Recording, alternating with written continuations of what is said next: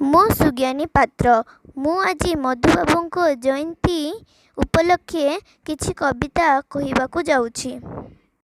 तुम परी छोट पिलाटीए गाँ चाहालीर चाट सीए चेहराटी तार डौल डाउल पाठरे ताहार सरी किए छाड़ी जाइथिला दिने झड़ी बाहरिला सीए पाठ पढ़ी बाटे जाऊ जाऊ खसीगला गुड़ मुह माड़ी तले गले पड़ी गुरुजी देखिले देह तार पानी कादुअरे सरसर तिले हे सेठिकू खातिरी न करी आसीछि होई से तरबर पचारिले गुरु एकी हेला एते सरी तते किए कला पिलाटी कहिला बेगे आसु आसु कादुअरे गोड़ खसीगला हेला दशहरा छुट्टी बेल पिलाटी सभिंकु कला मेल माटी गोड़ी बाली पकाई सभिए गाँ माटी कले समतुल एहा देखी लोके हेले काबा डकाइले गुरु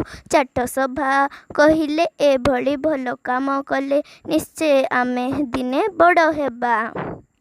बड़ हेला दिने सेही पिला मधु बारिस्टर बोलाइला देश पाई केते काम करी सिए काले काले जस रखीगला कहिला जातिर काने काने उठिबु आउ तू केते दिने पूर्व गौरव पूर्व महिमा पड़ू नाही कि रे तते मने। भारत माता की जय। धन्यवाद।